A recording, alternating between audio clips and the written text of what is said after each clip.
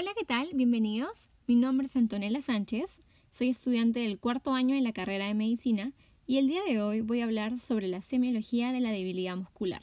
Pues bien, este es el contenido que vamos a desarrollar el día de hoy y entonces vamos a empezar definiendo la debilidad muscular. Esta se define como la disminución de la fuerza que puede ejercer uno o varios músculos y se utiliza con frecuencia el sufijo paresia para hacer referencia a la presencia de debilidad muscular, mientras que cuando hay una ausencia de la fuerza muscular se utiliza el sufijo plegía. Además de saber la definición, es importante saber qué no es la debilidad muscular.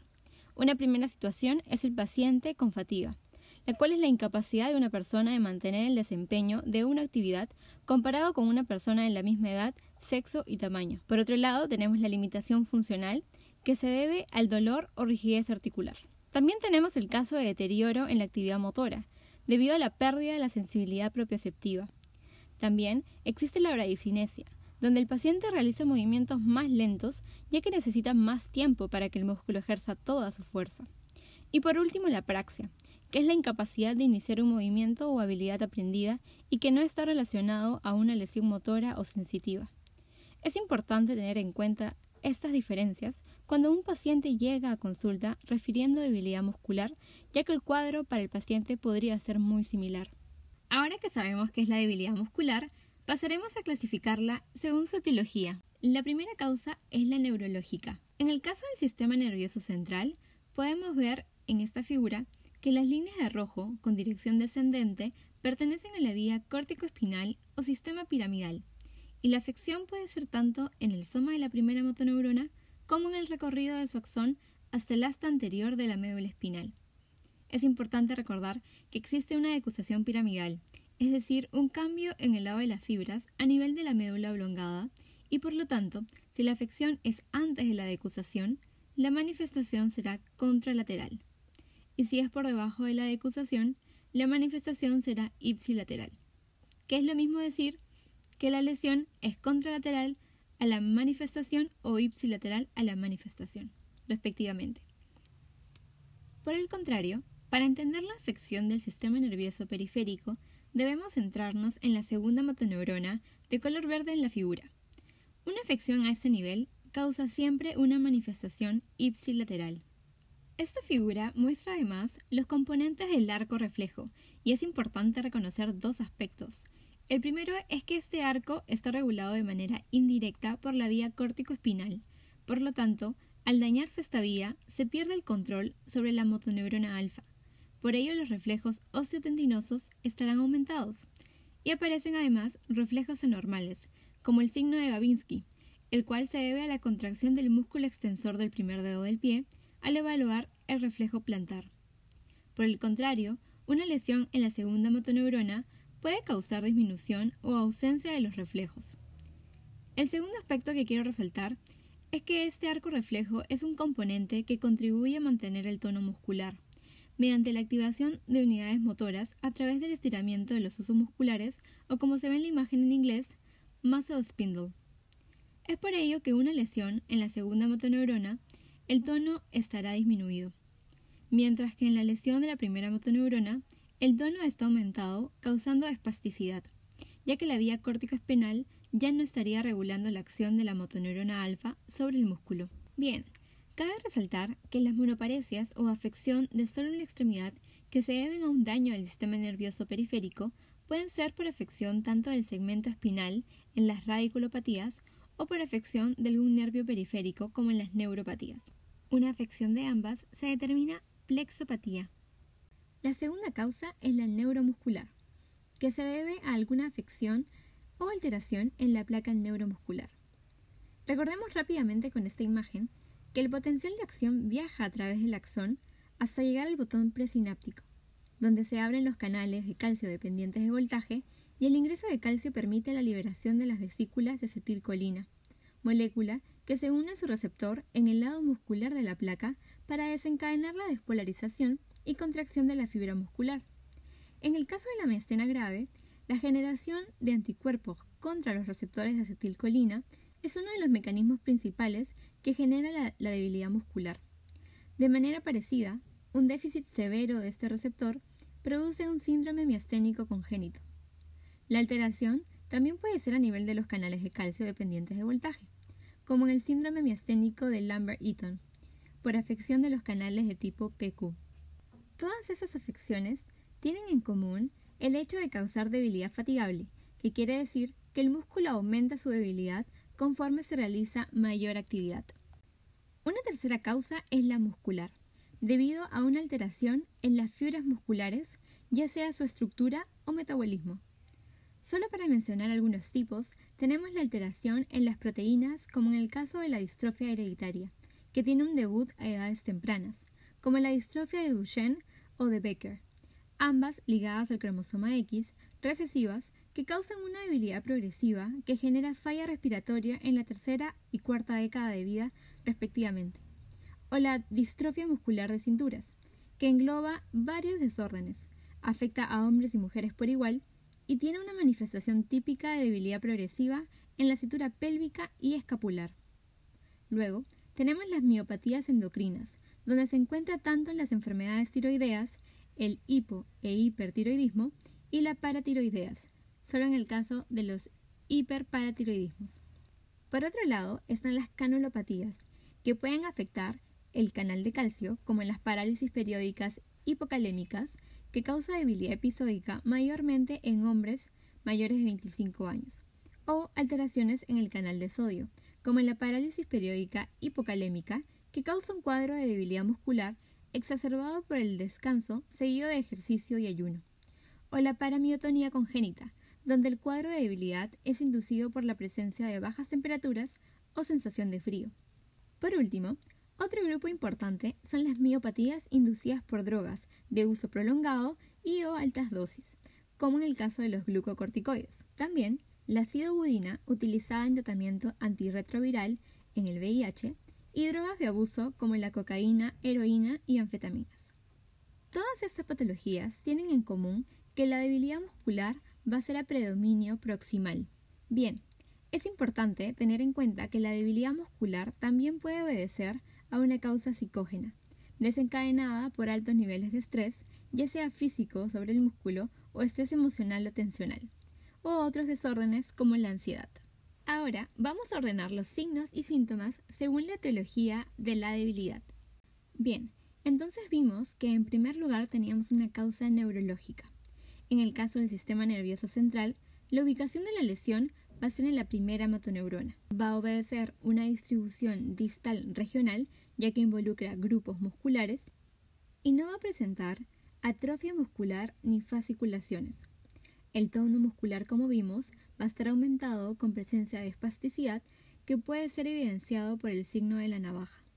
Los reflejos osteotendinosos van a estar aumentados hasta llegar a un nivel más 4 por la presencia de clonus e hiperreflexia. Otros hallazgos, como comentamos, son el signo de Babinski positivo. Ejemplos de esta afección a tener en cuenta es la enfermedad cerebrovascular, la esclerosis múltiple y los tumores. En el caso del sistema nervioso periférico, la ubicación de la lesión va a ser a nivel de la segunda motoneurona y va a obedecer una distribución distal segmental, ya que involucra músculos individuales, mayormente. La atrofia muscular va a ser severa y va a haber fasciculaciones. Y como comentamos, el tono muscular va a estar disminuido y los reflejos osteotendinosos también van a estar disminuidos, algo que se denomina hiporreflexia o ausentes arreflexia. Bien, ejemplos de esta afección son las polineuropatías, como en el caso de la diabetes o por alcohol, las neuropatías de atrapamiento, el síndrome de Guillain-Barré y el trauma. Además, es importante tener en cuenta que tanto en las mielopatías como en la esclerosis lateral amiotrófica va a haber un cuadro que va a tener tanto un componente de afección del sistema nervioso central como del sistema nervioso periférico. Luego discutimos una afección neuromuscular, donde la ubicación de la lesión o afección es a nivel de la placa neuromuscular y obedece una distribución variable, pero es característica la debilidad fatigable. Otros hallazgos importantes son la ptosis palpebral y la diplopía, y ejemplos de estos, como discutimos, son la miastenia gravis y la enfermedad de Lambert-Eaton. Una tercera causa es la muscular, donde la ubicación de la lesión es a nivel del propio músculo esquelético y obedece una distribución proximal, a diferencia de la causa neurológica. Si bien un hallazgo puede ser la atrofia muscular leve o moderada, esta tiene más una presentación tardía. No hay fasciculaciones y tanto el tono muscular como los reflejos osteotendinosos van a ser normales o ligeramente disminuidos. Otros hallazgos importantes son la miotonía característica de las enfermedades musculares. Ejemplos de estas son la miopatía por drogas, la enfermedad de tiroideas, la polimiositis y la distrofia muscular. Y bien, por último discutimos una última causa que era la psicógena, donde no existe una lesión orgánica, la cual presenta una distribución variable y es inconsistente con la actividad diaria. Y otro hallazgo importante podría ser la presencia de paratonía. Ahora vamos a ver otra manera de clasificar la debilidad muscular mediante datos recolectados durante la anamnesis. Un primer dato es el tiempo de evolución, y esto clasifica la debilidad en aguda, subaguda y crónica. Los cuadros agudos van de horas a días, y una de las causas principales es el accidente cerebrovascular ACV, que en su mayoría, casi el 80%, corresponde a ACV isquémicos, dentro de los cuales las primeras causas son los infartos cerebrales y los accidentes isquémicos transitorios. Por otro lado, en el cuadro subagudo, que va de días a semanas, una de las patologías importantes es el síndrome de Guillain-Barré, que es de curso progresivo e inicia con debilidad en los miembros inferiores. Por último, en el cuadro crónico, que va de semanas a meses, tiene como ejemplo los tumores de médula espinal primarios y metastásicos, que son de un curso gradual y también debuta con debilidad en los miembros inferiores. Otro dato importante a conocer es la distribución, que puede ser generalizada o focal. En el caso de generalizado, un ejemplo es la tetraparesia, que se debe a una lesión bilateral, ya sea de la médula espinal cervical o por encima de ella. Un ejemplo de esto es el síndrome de enclaustramiento por un ACV isquémico. En el caso de una distribución focal, tenemos como ejemplo las monoparesias, que se deben a una lesión unilateral del hemisferio cerebral o tallo contralateral o la médula espinal ipsilateral del lado afectado. Algunos ejemplos de monoparesias son el mal de Pot, la aracnoiditis, radiculitis o la hernia discal. La distribución también puede ser proximal o distal. En el caso de que sea proximal, como vemos en la imagen, puede ser simétrica o asimétrica. Ejemplos de simétrica serían las miopatías por alcohol o drogas, la polimiositis y dermatomiositis, y en el caso de asimétrica, la miastenia gravis. En el caso de que sea distal, puede ser bilateral, como en el caso de las polineuropatías por diabetes, o también en las monoparesias que ya mencionamos. Y por último, la distribución puede ser simétrica o asimétrica. En el caso de que sea simétrica, tenemos la diparesia braquial o la paraparesia. Ambas se deben a una lesión bilateral, ya sea de la médula espinal torácica o por encima de ella. Y ejemplos de una distribución asimétrica serían las hemiparesias y las monoparesias, que como mencioné, responden a una lesión unilateral, ya sea del hemisferio cerebral o tallo contralateral, como de la médula espinal ipsilateral. Ahora vamos a ver cómo se realiza la valoración de la debilidad muscular. Lo primero que debemos tener en cuenta es la escala de valoración de la fuerza dada por el Medical Research Council, una escala de 6 cifras que va del 0 al 5, siendo 5 lo máximo que uno puede obtener y que indica normalidad. Esta normalidad se debe a que la persona puede realizar un movimiento completo contra resistencia total. El número 4 se otorga a una persona que puede realizar un movimiento completo venciendo la fuerza de gravedad y venciendo una fuerza de resistencia, ya sea moderada, mínimo, fuerte, pero no total. El número 3 se otorga a una persona que puede realizar un movimiento ya sea completo o parcial, pero que solo puede vencer la fuerza de gravedad. El número 2 se otorga a una persona que solamente puede realizar un movimiento en ausencia de la fuerza de gravedad. El número 1 se otorga a una persona con fuerza mínima que solo es capaz de realizar contracción muscular visible pero sin realizar movimiento. Por último, 0 significa ausencia de fuerza, es decir, una parálisis total, y por lo tanto tampoco se observa una contracción muscular. Entonces, para la valoración de la fuerza muscular es importante tener en cuenta las maniobras antigravitatorias, que van a evaluar tanto grupos musculares como raíces nerviosas. A nivel de miembros superiores, evaluamos el hombro, tanto la aducción y abducción, en el codo, tanto la flexión y extensión de los brazos, y en la muñeca, la flexión y extensión de esta. En miembros inferiores, evaluamos a nivel de la cadera, tanto la flexión y extensión, a nivel de la rodilla, tanto la flexión y extensión, y en el pie, la dorsiflexión, la flexión plantar, la aducción y la abducción. Es importante saber cómo vamos a reportar este resultado. En primer lugar, vamos a escribir el valor hallado en el examen físico, y luego, separado por una barra o slash, vamos a escribir el máximo valor posible, que según la escala es 5. La manera en cómo se plasma esta información en la historia clínica depende mucho del formato de historia clínica que ustedes posean. Sin embargo, una de las maneras es dibujando el diagrama de una persona, y es importante colocar los resultados de los distintos grupos musculares tanto del lado derecho como del lado izquierdo. En este caso, yo he querido simular el resultado de una persona que tiene debilidad proximal del miembro superior izquierdo. Otro aspecto importante a detallar es cuándo se realiza esta valoración. Si bien lo primero que podemos pensar es que cuando el paciente tenga como síntoma principal la debilidad, se realiza este examen, es importante resaltar que en realidad esta valoración pertenece al examen de rutina.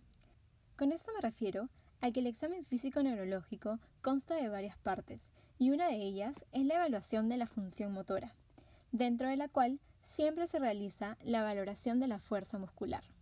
Ahora vamos a ver un resumen sobre todo lo tratado. Recapitulando, vimos que la debilidad muscular es la disminución en la fuerza que puede ejercer uno o varios músculos, y es importante diferenciarla de otros conceptos, sobre todo de la fatiga. También vimos que se podría clasificar la debilidad según su etiología, tiempo o distribución. En el caso de etiología, identificamos la primera causa, que era neurogénica. En ambos casos, la debilidad va a tener una distribución distal, que se va a diferenciar por una hiperreflexia con clonus en una lesión central y una hiporreflexia o arreflexia en una lesión del sistema nervioso periférico. Otra etiología es la neuromuscular, en la cual vimos que el daño estaba a nivel de la placa neuromuscular y se caracterizaba por una debilidad fatigable. Otra causa es la muscular, que es una afección propia en el músculo esquelético y se caracteriza por una debilidad proximal. Y por último vimos una causa psicógena, que tiene una distribución de debilidad variable e inconsistente con la actividad diaria. Según el tiempo, vimos que la debilidad puede ser de un tiempo de evolución aguda, subaguda o crónica, y según la distribución, vimos que podría ser generalizado como en el caso de las tetraparesias, o focal como en las monoparesias, podría ser distal como en las afecciones neurológicas o proximal como en las afecciones musculares y neuromusculares. Y también vimos que podría ser simétrico como en el caso de las paraparesias o diparesia braquial, o asimétrico como en las hemiparesias o monoparesias. Por último, vimos que para valorar la debilidad muscular debemos valorar la fuerza, y para eso utilizamos la escala MRC, que va del 0 al 5, donde mediante maniobras antigravitatorias podemos evaluar la capacidad de la persona para realizar movimiento para poder vencer la fuerza de gravedad y oponerse a la fuerza de resistencia.